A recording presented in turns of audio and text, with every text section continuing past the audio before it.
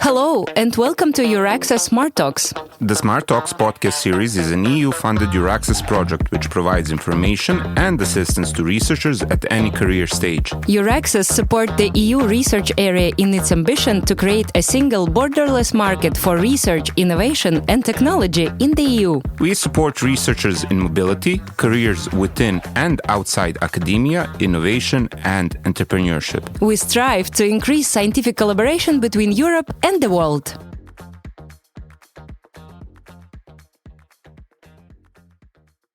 Today, our guest is Dr. Frank Danesy, a strategist, academic and innovator whose career has spanned the armed forces, aerospace, academia, and entrepreneurship. With over 20 years of experience at the European Space Agency, Dr. Danesy brings deep expertise in strategic intelligence, human resource management, and leadership in high-stakes environments. He's taught at institutions such as European Business School, University of Mannheim, and the University of Malta, where he bridges the theory and practice in strategic management, particularly in the space sector. Dr. Danesy is also co-founder of Orbit 8, a venture focused on innovative career guidance for the next generation. His global experience and cross-sector insights make him a true leader in shaping the future of research careers and mobility. Thank you for joining us. Thank you. Welcome.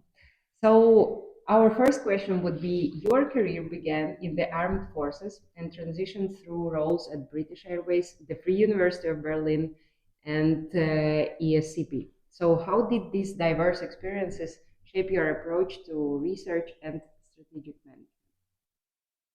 Well, the environments, of course, are very different. If you look at the armed forces, if you look at British Airways, if you look at academia,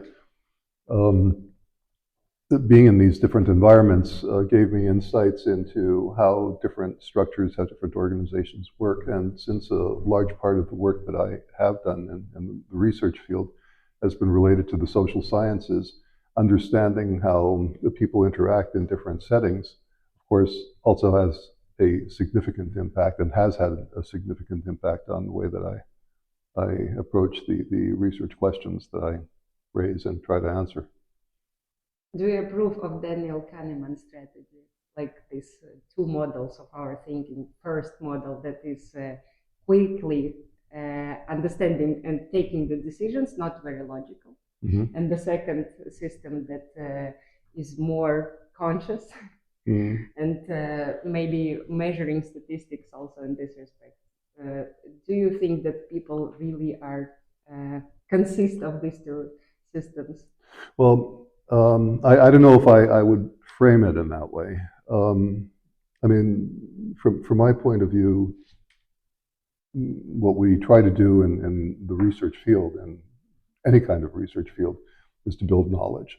So if we take a systematic approach to gathering the knowledge, then I think that we're on the right track.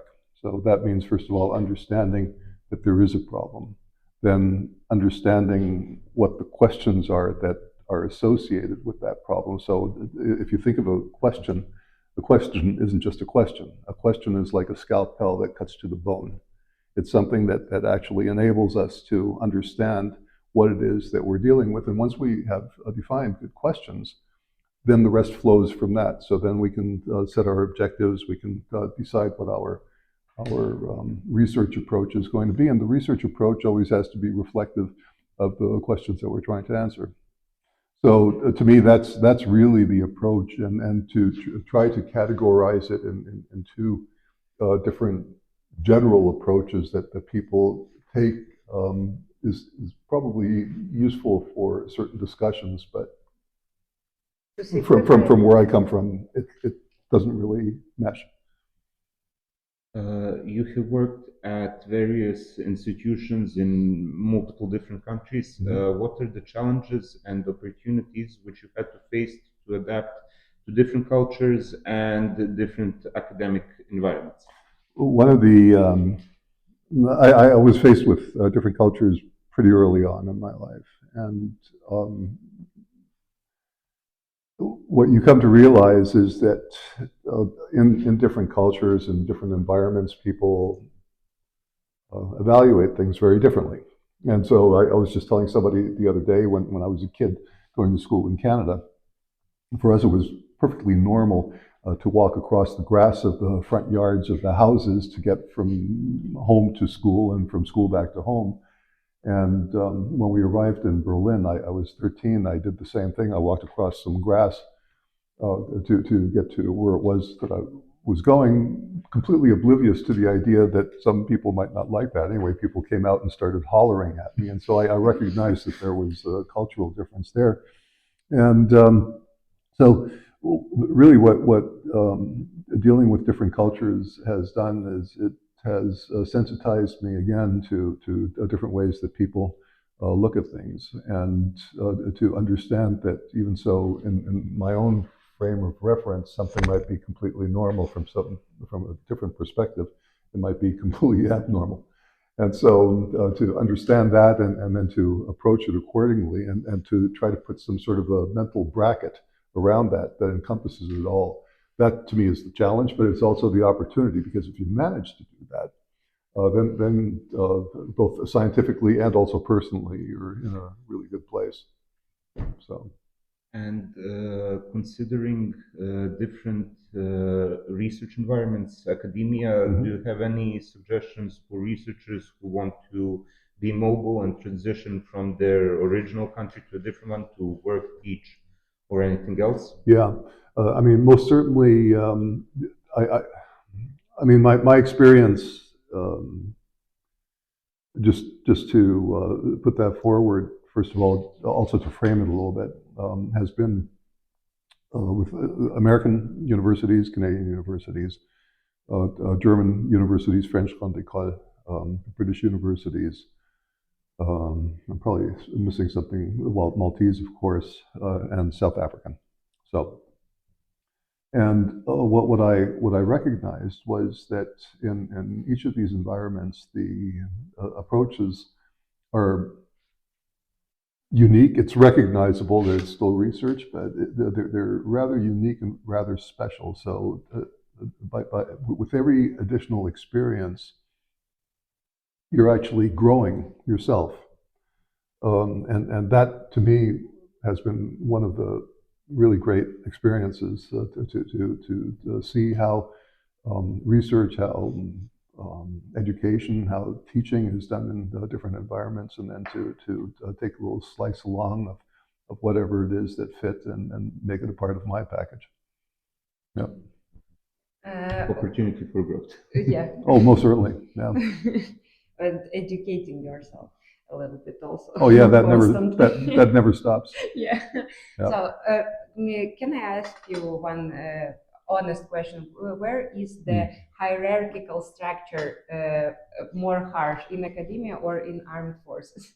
Oh, that's easy. Okay. Armed forces, clearly. Yeah, of course. Yeah. Are you comfortable with one of them more than with another? No, I feel perfectly comfortable with both. Okay. I mean, it's that's one of the things, I guess, that also comes back to the question that you were raising earlier, because especially when you sort of move through different cultural environments, you eventually assimilate. And so then it becomes a part of you as well. And so when I'm in a military environment, I feel very comfortable there. But when I'm in an academic environment, I feel equally comfortable there. Because you know how to act in each environment. Knowing would be a cognitive process, and it's something that goes deeper than the cognitive process. So it's really assimilation. It's adaptation to the environment, because you're familiar with that environment. Yep. When you got to know the environment, you still are struggling, though, no? In the beginning? Yes. Oh, gosh, yes. Oh, yeah. I mean, always when it's a new environment, there are new challenges, and you take a turn, and it turns out to be the wrong turn, and then you hit a wall, and you have to turn. It's a little bit like these little figures that roll around on the ground and then hit a wall, and then they go someplace else. And so it's a lot of trial and error. Of course, you can read up beforehand and you have some good information beforehand, but there's a lot of trial and error that goes into that. But then eventually you get there and you begin to understand, and that is still at the cognitive level, but then the more time you spend in that environment, the more it becomes second nature to you. And that's what I was referring to earlier. Mm-hmm. So, yeah. And if these things even can be compared, but what you say about geographical and intersectoral mobility, which is more challenging? What do you mean by intersectoral mobility? You switched from academia. Oh, like that? Yeah. I'm not sure that I would look at it in that way. I think that when you're in a different environment, you're in a different environment, period. And so if that environment happens to be framed in an organizational or institutional way, or if that environment happens to be framed in some sort of a national cultural way, is almost irrelevant for the experience. Mm-hmm. So obviously it's not irrelevant from many other points of view, but from the notion of sort of parachuting into this different environment and then trying to find your way around, it's the same. Does support matters in this respect? When you come to organization, what kind of support you think is valid for example, researchers that are switching between organizations? What sort of support? Yes. In the institutions, like Yes. in the academic institutions, that's a fascinating question, and that varies substantially from what I've seen. But the thing is that my experience in that regard, there's also a very strong temporal element because when I was working on my first doctorate, this was in the 80s, and so and this was in Germany and Berlin, and that environment has also moved on and progressed. I mean, when I did my doctorate at the Free University of Berlin, 80% of the PhD students did not succeed in completing their doctorate. They had no actual support from their supervisors. Mm-hmm. They had occasional conversations in which they hoped that their supervisor read the material that they provided, and the supervisors often didn't, which meant that the conversations that took place were not necessarily so meaningful. And then at the end of the process, they would deliver a thesis, and sometimes it went through, and other times it did not. And so I was fortunate with my supervisor was a very serious, very stern person. If you read his the things that he published, he was also very minimalist in everything, but a very sharp thinker. And so he took the time to read my material, but he also took his time to read my material. So there were tremendous time lapses that occurred when I completed my first manuscript after 13 months, so pretty quick. And I gave it to him, and it took him 27 months to read it. But and this is and the discussions that we had were often focused on my work, but very often were not focused on my work. They went off on some sort of a tangent. And what I experienced elsewhere in South Africa, for instance, I saw a very high degree of focus and professionalism. I was very, very much impressed with. Also, the aspect of philosophy is, sometimes the doctorate that you receive is a doctor of philosophy, right? So, and what I found is that in some systems, that notion that it's a doctor of philosophy is taken more seriously than others. So, for instance, in South Africa, what I discovered was that before you start researching whatever it is that you want to research, you first really have to get complete command of the philosophical aspects of the research that you're going to do. So it's basically an entirely additional line of study that you're going through, which is, again, mind expanding. I mean, it was a fabulous experience. But to really have an understanding of and justification for every step that you go through, ontologically, epistemologically, and so forth, to even ask yourself the question, what is reality? Or how do I know that I know? And these are philosophical questions, and in subsystems, they have to be answered before you actually embark on your study. And so that, to me, it was pretty amazing and very different. And so the point is that it's not just a little bit of a change from one system to another. It's a fundamental change that you're going through. And so if you're prepared to go that route and see it as a journey, then it's pretty gratifying. Yeah. And challenging, yeah. For sure. Speaking about change, can we transition for a second to some top secret stuff? As someone deeply Absolutely not. This is what you have to say. Yeah. and also what I have to practice. But philosophically, as someone involved in strategic intelligence and with the evolving role of technology, how do you see the changing role of strategic intelligence in today's world? That's an interesting one. That's a really good question. Tongue in cheek, what is sometimes said is that intelligence is the second oldest profession in the world. And we know the first one. We know the first one, yes. I was about to ask. No, I will explain you later. Politics. Yeah, sure. So, and we know that it's been around for a long time because there are historical accounts. I mean, there are references in the Bible to it. So you might believe everything that the Bible says, or you might not, but what you cannot deny is that there is a document from that time that also refers to espionage. Or if you look at the old Sun Tzu account of warfare, which dedicates an entire chapter to espionage. So the idea of using intelligence for various purposes, to strengthen your military, to strengthen your state, to expand your activities, to secure your activities, whatever the purpose is, intelligence has been around for a long time. Interestingly enough, although it's been around for such a long time, it has not really warranted research, serious research, until the mid-'80s. In the mid-'80s, there was this rash of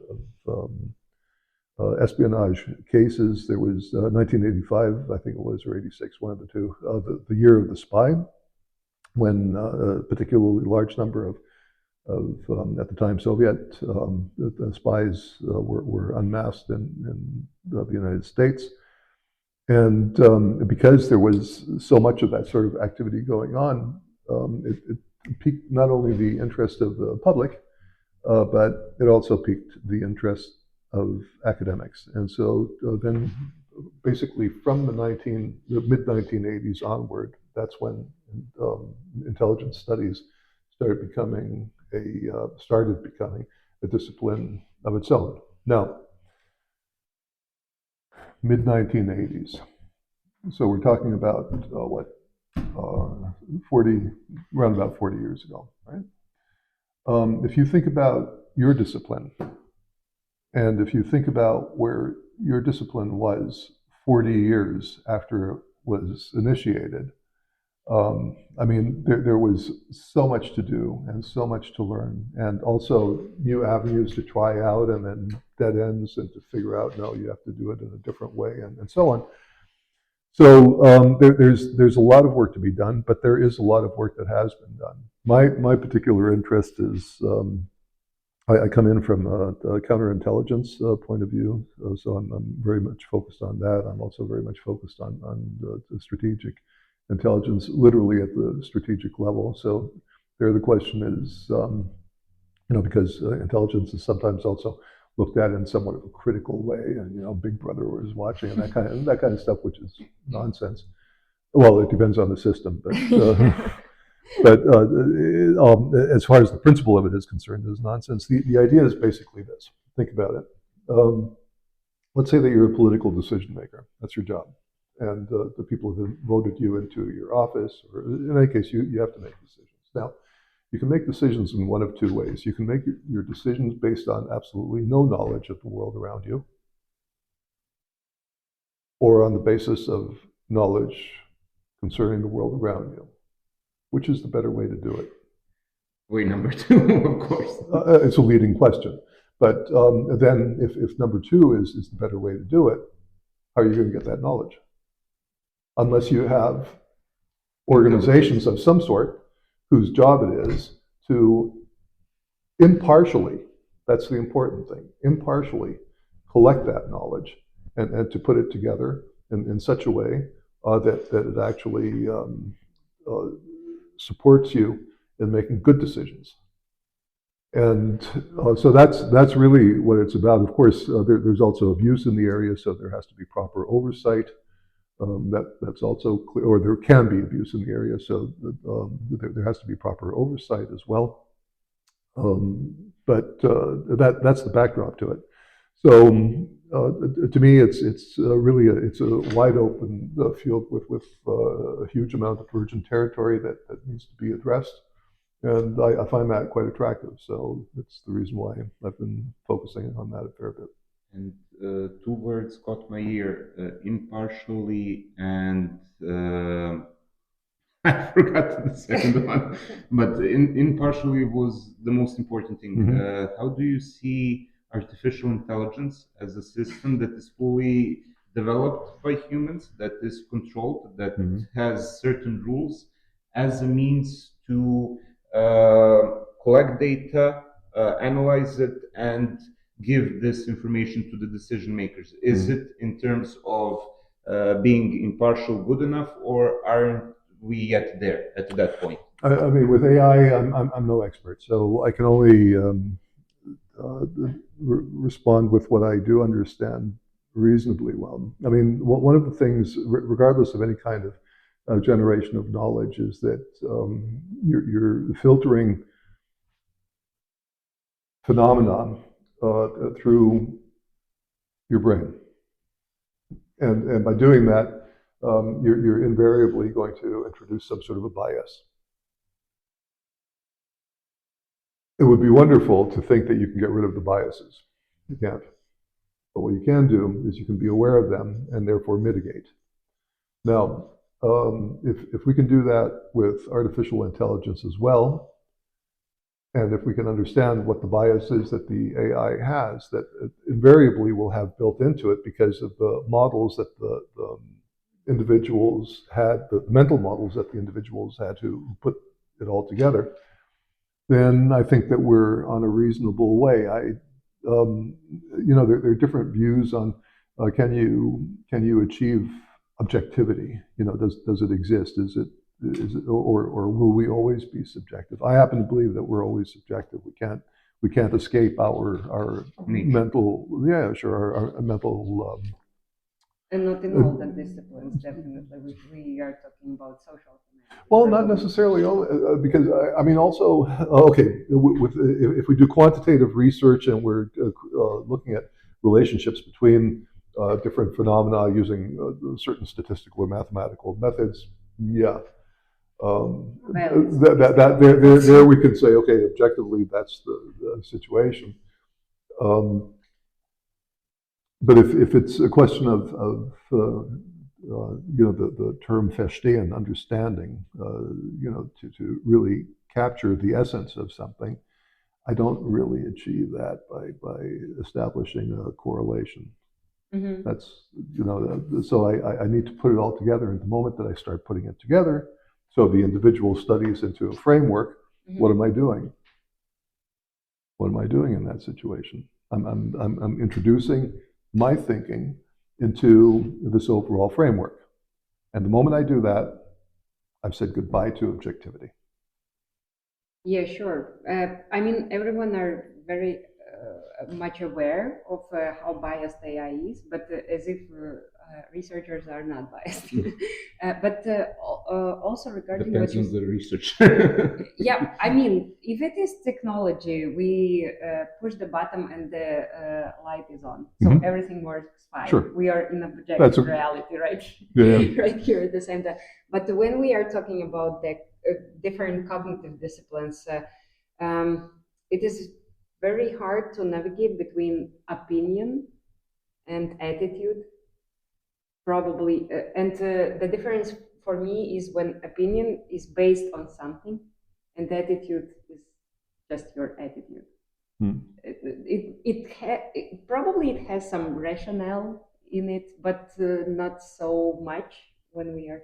And regarding decision makers, this is a trickiest thing, I guess, because we probably we need to understand the perspective. Do we really need to strive for objectivity here? Because good No. decision is good for me, not good for you, and etc. It could be viewed from the different angles, and objective well-being isn't there, definitely still Sure. not in place. But what is your attitude to the open access regarding this strategic intelligence topic? Open access. You mean Yeah, like publishing no. publishing papers, Oh, like making it that. Oh, I open, see. I see. I making see. it Okay. open Yeah. for Yeah. Yeah. everyone to Yeah. Yeah. understand. Yeah. Yeah. I mean, I think it's important to distinguish between work that's being done in the research area, so development of new ways of thinking, models, and that sort of thing, from information that is privileged information and that doesn't isn't really subject to the research process. So, I mean, if for instance, I communicate that the reason why somebody becomes a spy, the old thinking is mice. I don't know if you're familiar with so money, ideology, coercion, and ego. So I can communicate that, and that's a framework. Or I can take this new five-factor framework, and I can say, well, there are always triggers, there's motives, there's organizational vulnerabilities, there's market opportunities, and disinhibiting factors. And I can say that, and that's part of the research thing. Now, where it crosses over into real intelligence is when I have an actual case where I recognize what the individual's triggers are, what the individual's motives are, and so forth. And so that's where the line is. Where in the one case, that is privileged information, and that doesn't belong in the public domain. And in the other case, it's merely talking about an approach, which is a social scientific construct. And to speak about that in the public domain is fine. How close is strategic intelligence research to practice? Very. Okay. Very. Very I mean, it's practical. there are two. The thing is that there are two worlds under one roof. So on the one hand, you have the practitioners. Like I said, strategic intelligence or intelligence studies is a relatively new field of research and teaching. But you have the practitioners, and because they're wrapped up into whatever it is that they have to do on a daily basis, they don't really have much time to do the research. I mean, the research in their job, of course, and to research certain cases, of course, but not to do research in the academic sense. And on the other hand, so they don't necessarily have that access. On the other side, you have researchers who may or may not have had or have a security clearance, and they have the time that is, in fact, their raison d'être. They focus on doing the research, but they may not have all the details of ongoing cases. And there is a place, and there are fora where the two meet. I mean, one of them is the International Association for Intelligence Education, which is an association that I'm a member of, proudly a member of, where you have essentially you have the intelligence community, you have researchers in the field of intelligence studies, and you have industry who come together and exchange. And so I think that there's a role for all of them, and there is an overlap. Of course, there are elements that in each of those communities that or sub-communities that the others might not be so in detail aware of, but maybe they're also not so in detail concerned about it. Yeah. Yeah. From your experience in human resource management, what should scientists apply when leading teams and projects in their work in order to better it?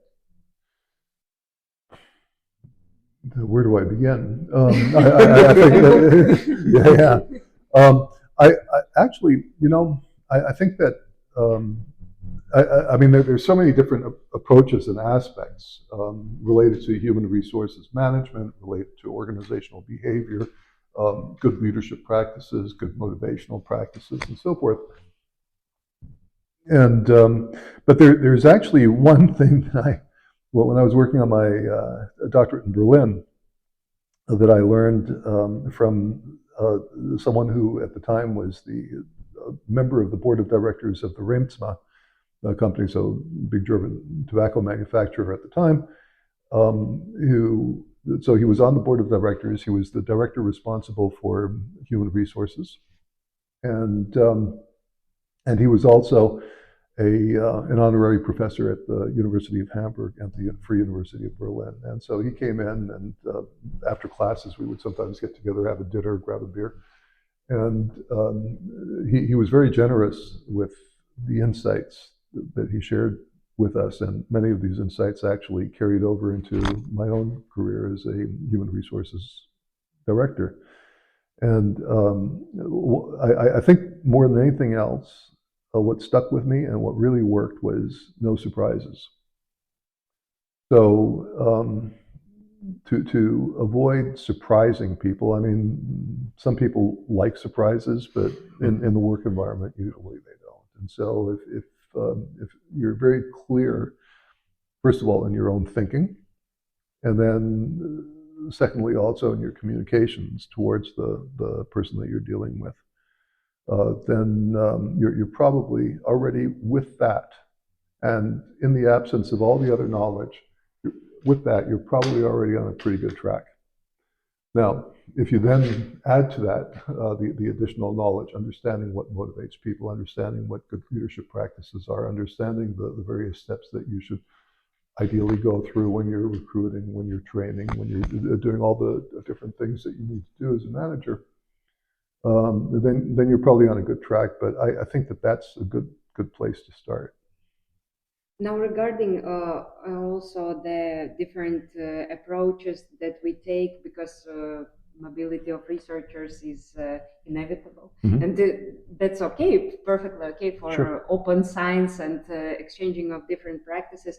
Do you think that the approach of universities or research funding or performing organizations that are recruiting these very different researchers, that there is a amount of attitude and attention to dual-use technologies, etc., and understanding the risks and mitigation level is on a good level right now? I'm not sure what you mean. If we are talking about, for example, recruiting researchers, and now we are talking about job market as an open market, global. Then the amount of attention drawn to different risks regarding incoming or outgoing researchers, different cases with shadow laboratories, how university could approach this. I mean, because we know everyone, even probably the most eminent research institutions, have very limited resources on this. So what would be your view on this, first of all, and maybe advices? Are you referring to situations where visiting researchers are essentially pilfering Yeah, for the example, knowledge yeah. and then making it available to others? That is an issue. I understand that there is no quick Yeah, and easy no, answer to that. no. The thing is that I mean, where I'm hesitating, it's easier to handle that in Restrictive way. well, in a governmental context or in an industrial context than it is in an academic context.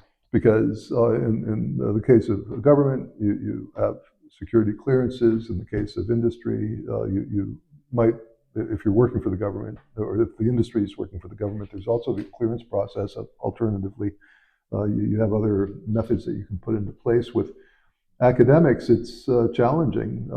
It really, I think what it boils down to is the individual institute, but I'd have to think it through one more time properly. The individual institute deciding very consciously what information to make available to visiting scientists. I mean, we saw a case not so long ago in Germany, Dusseldorf. Was it Dusseldorf or look? I'm not sure. Anyway, in the Central West. Where there were people who were taking the knowledge and making it available to Chinese institutions. So there probably should have been a little more wisdom and a little more protection of the information. So not making it so easily available. I think what's probably a useful thing to do is, first of all, to work on a need-to-know basis, probably also in the academic context, which in the intelligence world is something very normal. And perhaps that, I mean, it depends on what you're dealing with. If we're talking about developing some sort of a concept for managing people, if that finds its way to someplace else, who really cares? But if we're talking about certain technologies which may really be an important strategic benefit for the country itself, and may be used against it, then maybe need to know needs to be applied. So this is very tricky. This is very tricky. I mean, I know. Oh, I know. I know. I know. sometimes That's why I'm faltering. I don't. It's. I don't have an easy, good answer to it, other than to say that if it's if the university is working with a certain technology that needs protection, then it needs to be protected. And what that means depends on whose interest it is. I mean, if it's technology that the university is developing for the country itself, then it should probably be applying the same standards that you would if it were an industry. I can't really, because you can't have it both ways. You can't be half in one camp and half in the other camp. I think on that you have to draw a clear line, and you have a decision to make. I've not been in that situation, so I struggle to answer it well. Yeah. No, it's pretty clear, but there are in place. I mean, certain practices. Yeah, sure. Screening, Yeah. like initial screening, or but yeah, you cannot be sure because sometimes when laboratories working on something, they can understand what they are dealing with. Sometimes with it should be a span of time, and it's not clear straight ahead when what we are right here in, and yeah, understanding how it can be developed afterwards is also takes. So it's another level of understanding, Sure. probably also as well. Yeah, and let's switch to space. Another hard issue that we have. So you are a specialist in such challenging topics, Frank. I would say not easy to get an overview of each of them and dive deep. Yeah, but I guess Johan, your turn. Oh, my turn. Sorry. Having spent more than 20 years in the European Space Agency, what is your approach? Can you share some insights on strategic management in such a high stakes and specialized environment? Yeah, sure. I mean, one of the important things to realize or recognize with an organization like the European Space Agency is what its ultimate mandate is. So the idea with at least the European Space Agency is not that it works in certain areas and makes those areas its own and then sort of cordons it off to the rest of the world. The idea is to evolve certain areas. Let me give you an example. Telecommunications. The first European telecommunications satellite, Olympus, was a development of the European Space Agency. Now, the European Space Agency developed the satellite, operated the satellite until it eventually was no longer operational. And that satellite was used for various telecommunications purposes, television, radio, so forth. But that sector very quickly became commercialized. So, I mean, if you look at SES Astra, for instance, I mean, that's a company that sort of was a spin-off, well, not a spin-off as such, but that resulted from the work that had been done in that area. So what is the role of ESA? The role of ESA is to help areas mature in the space domain, but when they have reached a certain level of maturity, to then take a step back and let that area actually be looked after by society, by the economy, by the commercial operators. Typically, the relationship between research and industry, the same as essentially. So that's really it. Now, that said, there are areas that will never, or in all likelihood, never be commercially viable, and yet they're valuable for mankind. The space science is one such area. I mean, if we have a good understanding of our space environment, that advances our knowledge in the various areas, and also ultimately, if you look at space safety, contributes to the safety of the planet. I mean, if you look at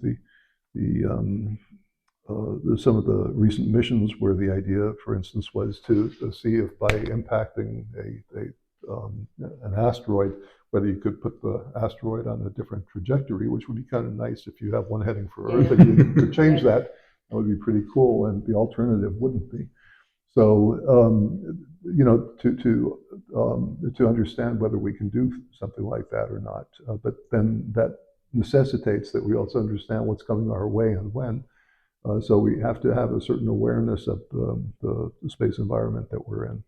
So things like that, and that is certainly never going to be commercially viable. You're not going to find a company that's going to get into space safety in that way. But again, there are always opportunities, even with this. Yeah. If you could divert the asteroid space mining, if it could be brought near Earth's orbit, could be more viable commercially. So absolutely, and I mean that was Obama's vision. He wanted to see a little less activity in the human spaceflight domain and more activity in the space mining domain. So yeah, sure, of course, that's most certainly direction. And if you think about the various areas, so you've got launcher development, and launcher development, of course, it can become. I mean, we see that now with Boeing and SpaceX, that it can be commercially viable. If you look at Earth observation, Um, remote sensing, absolutely. I mean, that's certainly an area that is viable. If you look at, I mean, both in terms of meteorology, but also in terms of the science of it, and there's a market for the data. So, you know, that's interesting. If you look at the Copernicus missions and how that has generated and is in the process of generating multi-billion euro markets, which previously weren't there. So there's a lot that can be done. So basically, the idea really is, your question was about strategy in the space domain. The idea is that for each of the activity areas to really develop the vision of the activities that should be undertaken now in order to help that area eventually become mature enough to stand on its own feet. So with whatever it is that we're doing today, the idea is to rationalize ourselves out of that equation eventually, but at the same time to look at new areas to venture into. So what we have seen, if you think about the last 15 years or so, is that you don't necessarily have to have a space agency to develop a human capability to fly to space. We saw that. What we're also starting to see is a sort of space tourism, where not, right now it's the ultra-rich who go to space, but that's how it was with aviation as well. In the early years, it was the ultra-rich who got to fly in airplanes, and today we can, you know, hop in a plane for a couple of €100 and fly to Malta or someplace else. And so that's also going to be the future of near Earth space travel. But at the same time, then the question is, how does it go on from there? And so the next step, of course, is going to the moon. And so the astronauts that I was involved with hiring at the time, they're going to be putting their boots on the moon in all likelihood, depending on how things go with the American administration right now. But let's assume that that'll work. And then the next step will be Mars. And that is something that you know, if we don't experience it, our grandkids will probably see boots on the Martian surface. And so the idea with the space agencies is always to be one step ahead of everything else, and to try to put it in such a format that the rest of the world can actually benefit from it, and that there's also potential in it in terms of knowledge that we gain, and also the financial, the economic situation.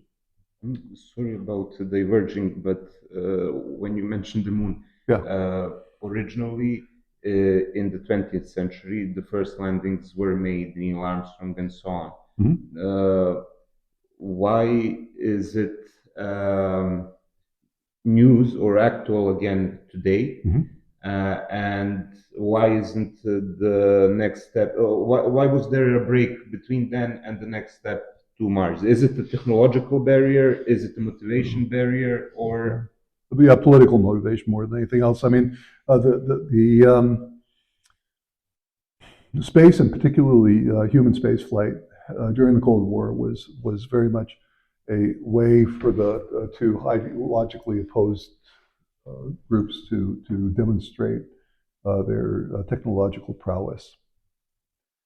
And with the technological abilities that existed in the 1960s, the ultimate objective that was imaginable at the time was to actually get people to land on the moon. And so the idea then was not that landing people on the moon is a means to an end that in the space sense, but more in the military technological sense. So, I mean, both the Soviet Union and the United States were racing to get astronauts or cosmonauts on the moon.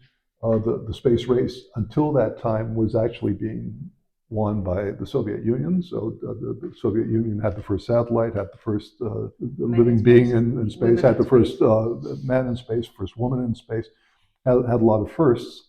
And the United States was tagging behind. And then at some point, when Kennedy was president, he set this goal that the United States by the end of the decade would that so, and so then when that objective was reached, there was no need to continue with it. In fact, later missions were discontinued because, you know, there were just financially not feasible. Yeah, and there was, you know, the goal was reached.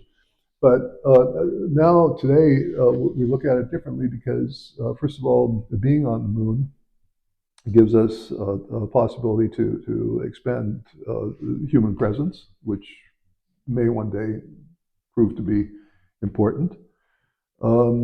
The other point is that it's also a learning process to enable us to travel further into our own solar system, so particularly to Mars, but then also sometime in the distant future beyond.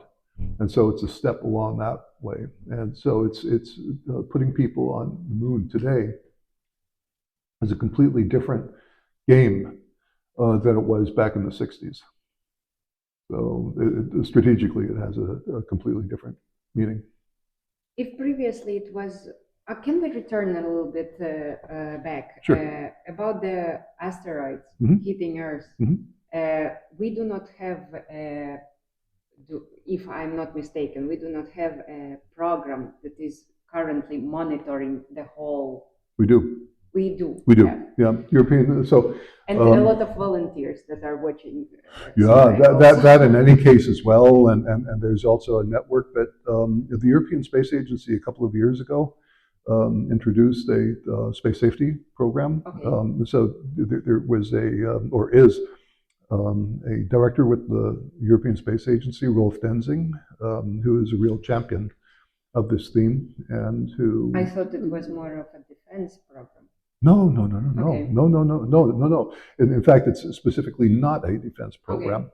Okay. And this was also one of the misunderstandings or misconceptions in the early years when the ideas were first starting to form that certain governments, militaries were saying, well, no, come on, you know, this is something that we should be dealing with. But at some point, it became clear that there would be a separation. The one is indeed defense related, but that's not related to the European Space Agency. And the other is related to space safety rather than space security. So the idea of monitoring objects in space, whether we're talking about you know, fragments orbiting the planet, so that we can protect our assets, not get them destroyed by pieces of shrapnel that are flying around, but also to understand which objects might be coming close to Earth and require protection, or for instance also if there are solar flares and you know, you've got these plasma clouds coming our way, to have an early warning system. There have been situations in the past when our planet were taken by surprise when there was a flare, and then by the time we realized that it was coming our way, it was too late. So some of the assets in space or on the planet surface actually took damage, and so you know, those are the themes that space safety deals with. And I mean, there were certain activities that were happening independently, and one of the great accomplishments, I would argue, with what ESA has done and what Rolf Denzing has done, was to harness it all, to give it a framework, to bring it all together, and to, on top of it, develop further thinking and further initiatives that are necessary in order to have a comprehensive system in place. So that's been going on, and it's actually the largest growing program with the European Space Agency. Oh, great! That's happy to hear. But do we have some measures to combat such things? Sure. I mean, one of them is if you're talking about plasma storms, the plasma clouds, very often, with satellites, if you know it in time, then you can put the satellite into what's called safe mode. So then you switch off certain systems that would take damage if they were operating as the plasma cloud comes through. So you've got that.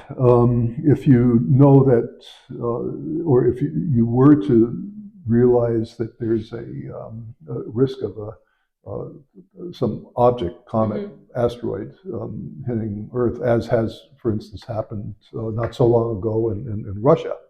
Well, if you know about that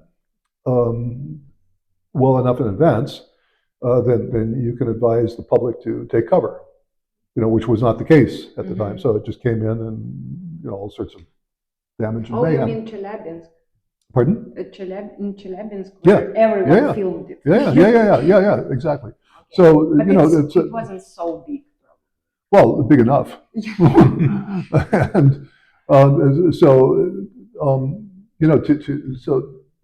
mean, the mitigation measure that you take is a function of the situation that you're faced with. And so there may, of course, at some point also be a situation which can't be mitigated. And then that's what we have to deal with. But as long as we have no idea what's going on out there, sort of looking the other way, we're not really doing ourselves a favor.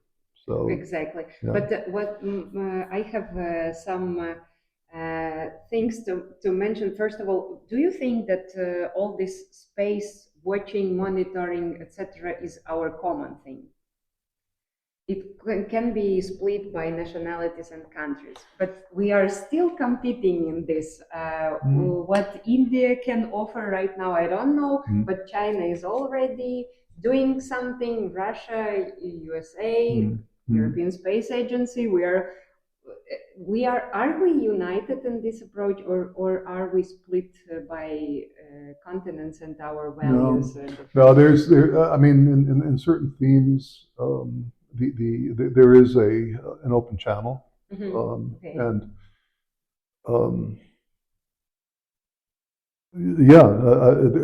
nothing much more to say than that. I mean, if it's a question of safety on Earth. Then we are united. We are united. Good. Yeah. So it's not the case with don't look up. No. We are highly represented, and the scientific stuff is enough in governmental organizations to make a proper decision. Yep. That's good. Thank you. Okay.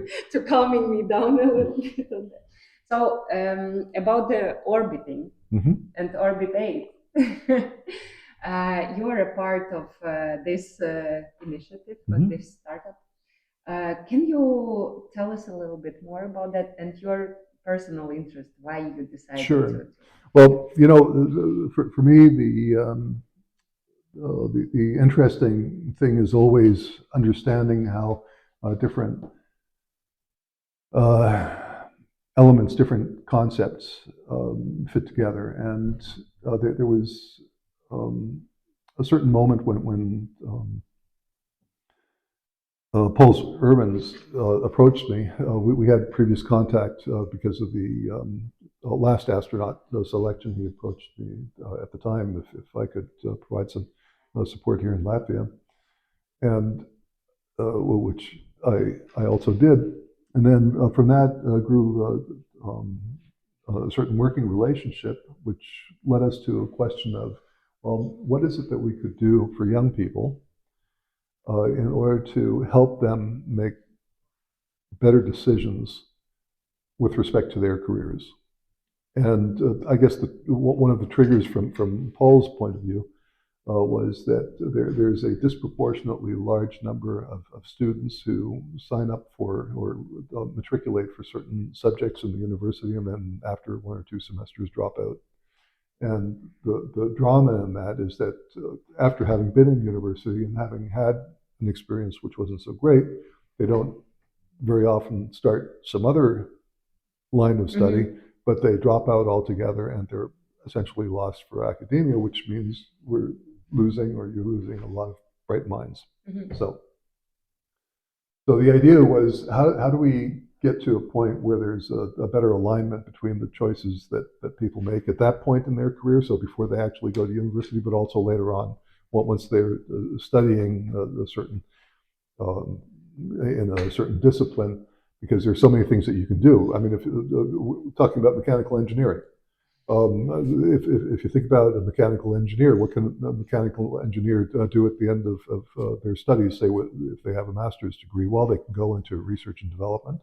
They can go into a project. And they can go in space. They can go into academia and teach. They can go into sales. I mean, there's so many things, or they can leave it all behind and become politicians. So and that happens more often than you would think. Than you care to think. So the idea is, and I'm going to stick with this mechanical engineer example in just a moment. So the first point is, what are the capabilities, the aptitudes that the individual has that would point him or her in the direction of a certain course of studying? Okay, what are the abilities that the person has to have? But then once the decision with respect to the discipline has taken place, the next question is, what are you going to do with that degree?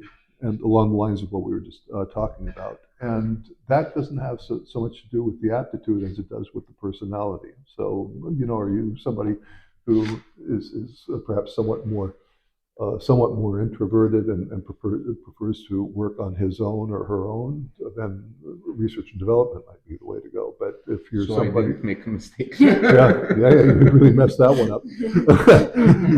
But if you're somebody who likes to be a contributor to a piece of the whole, and for you it's not so important that this is your own, but that you're a part of a larger thing, then you might go in the direction of project engineering. If you like to, sell people solutions, then you might go into sales engineering and so forth.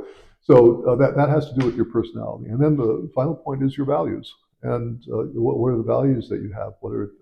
So if you take, again, the mechanical engineer, if let's say that somebody has the aptitude to study mechanical engineering, has the personality to do project work, but the values will then determine which sort of environment the person does it in. And those are indeed the three elements. And so, for instance, if your value system tells you we really need to protect this planet, then you might use all your knowledge and mechanical engineering ability and your project drive to help develop wind turbines. Whereas if you're not too worried about the environment, but you think that power and speed is really cool, then you might go to work for Maserati. And as a mechanical engineer, you can do one and the other. Yeah. And so those are the three parts. So what we did was to model it, first of all, so to understand what the relations were between the different elements, and then to operationalize it by actually putting numbers to the variables, and then to put that into place. And that's exactly what Orbitate is all about. And so we're looking to put a product on the market that helps people, young people, make good professional decisions, that helps parents feel a little more at ease with the decisions that their kids do. Also, because as parents, very often we have, even if we know a lot about many different professions, our view will always be limited. I mean, that's the nature of the beast. And with a system like this, you're breaking through those limitations. And so that's essentially the idea. And what's the plan? App, website? It's already there. It's already there. Yeah. If you go online, you'll find orbitate.app, and that's the website that we're working with. And so the idea is to partner with schools, to partner with parents, with students, and to pardon? Universities also. As well. Yeah. About your career track, are you happy with the place where you are right now? Oh yeah. Did you plan that? Yeah, I did actually. I'm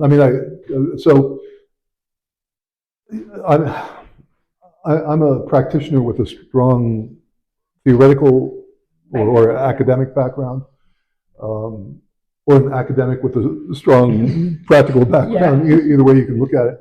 But I tend to look at myself more as the former, so a practitioner with a strong academic background. And throughout my years of being a practitioner, there was always this idea, also, family members and friends who said, well, yeah, but when all this is over, you'll probably go back into academia and teach and essentially give back things that I had the privilege of gathering, of gaining through the years of practice. And so I did that, and that's a big part of it. But I also have quite an inquisitive mind. Everybody has certain things. There are lots of things that I don't do well, but one thing that I do reasonably well is figure stuff out and answer questions.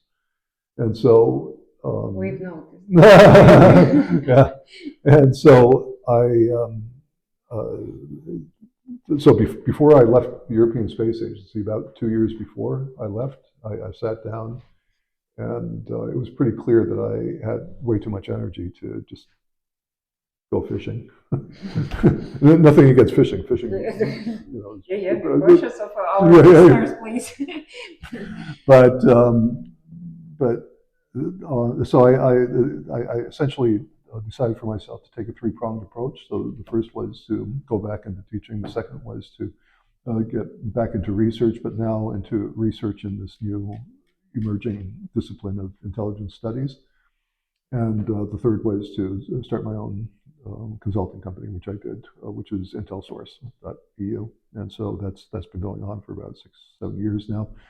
A lot of the focus that I've had with the company has been on the development of I just recently published a book in November on counterintelligence, and I've got another one coming out now in July, also on counterintelligence, a few articles and so forth. And so I've harnessed that into a system that I'm also providing.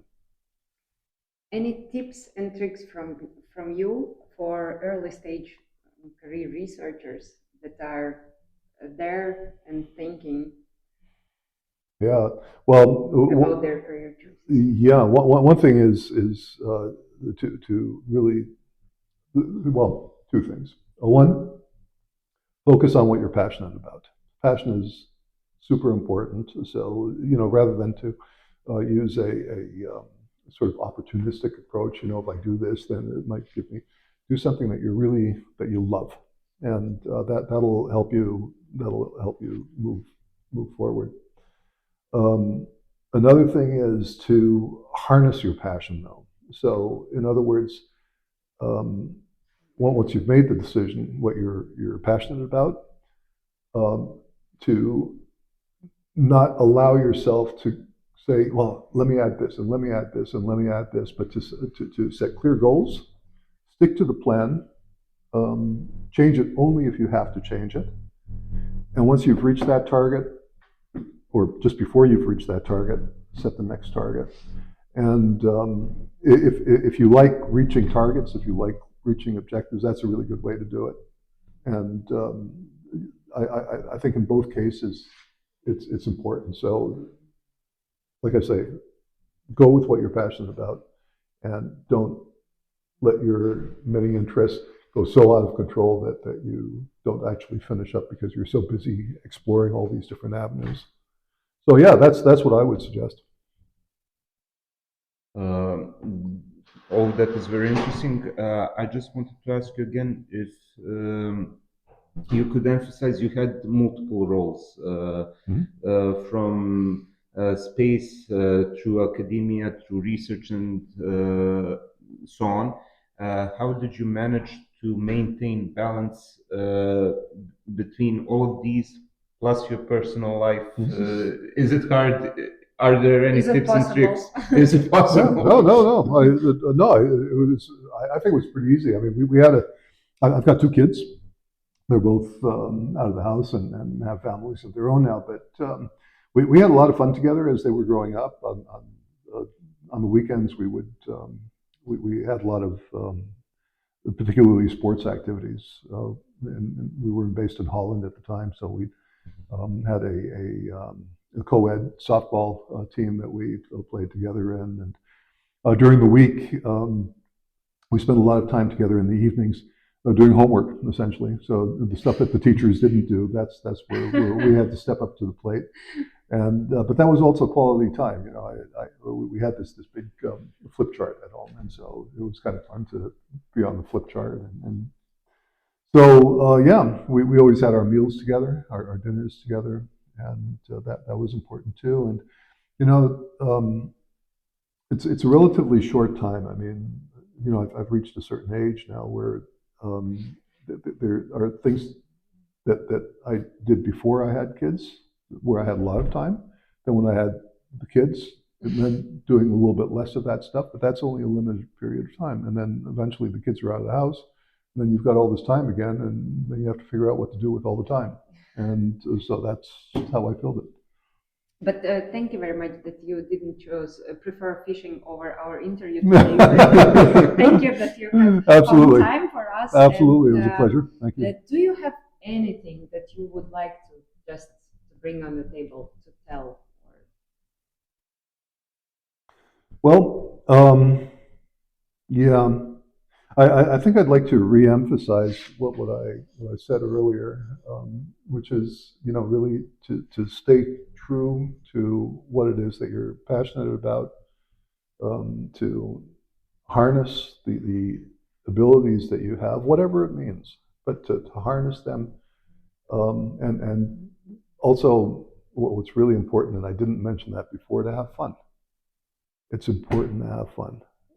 So to enjoy the journey. So not just always be aiming to get there, but while you're en route, if you're not enjoying what you're doing, heck, what's the point? You know? Yeah, exactly. So, yep. Yep. Thank you very much. Pleasure. Thank you for inviting me. Thank you for listening to this episode of the Euraxis Smart Talks podcast. We hope that you enjoyed this episode and can't wait to share more with you next time. You can follow us and find more episodes on the Euraxis portal, our social media profiles, or wherever you listen to podcasts. This episode was prepared by hosts Daria Aksionova and Jovan Aranjelovic, editor Isar Peer, and is dedicated in memoriam of Professor Miroslav Trajanovic.